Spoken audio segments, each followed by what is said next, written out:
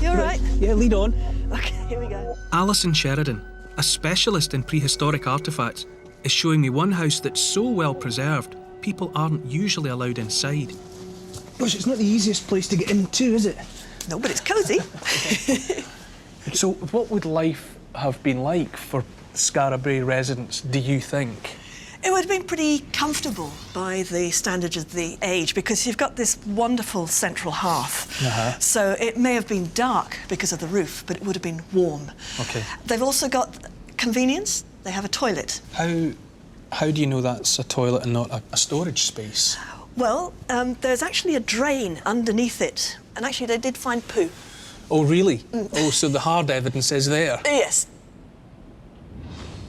Remarkably, these houses also contained artefacts, the precious possessions of the people who were living here 5,000 years ago. Never found anything like this in my entire life. Miserable bits of broken stone was all I ever found. So what have we got? Anything but miserable bits of stone. These are absolutely amazing. What are they generally called if you were to group them as a class of find? Enigmatic carved stone objects. All right. Only because archaeologists haven't worked out exactly what they are. And in the absence of materials that we would consider precious, like gold and silver, I suppose these have to be the equivalent of it because of the time that they represent and the skill that they represent. That's right, because we're in an age that's well before the earliest metal. Yeah. So the stone itself is not intrinsically valuable, but as an object, it meant a lot. And what about the rest of them, these pieces of jewellery or...? Yeah, in fact, they found something like 8,000 beads in this structure. In this house? Yes. Right. So, on a very practical level, it says that someone's got the time to do this, rather than being out growing, herding, whatever.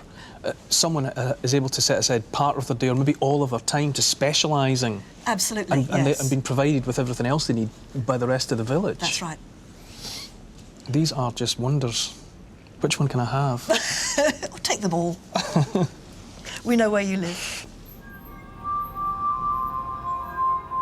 But as well as jewellery and carved stones, this house also revealed a darker secret. Intriguingly, 2 adult women's skeletons were found underneath the bed, uniquely. You mean below floor level? Yes. Right. Yeah. It's as if during the lifetime of the house, they lived here, they died here, they were buried here. And they were put under the bed. It's like Granny under the bed. It was a house for the living and it's also a house for the dead.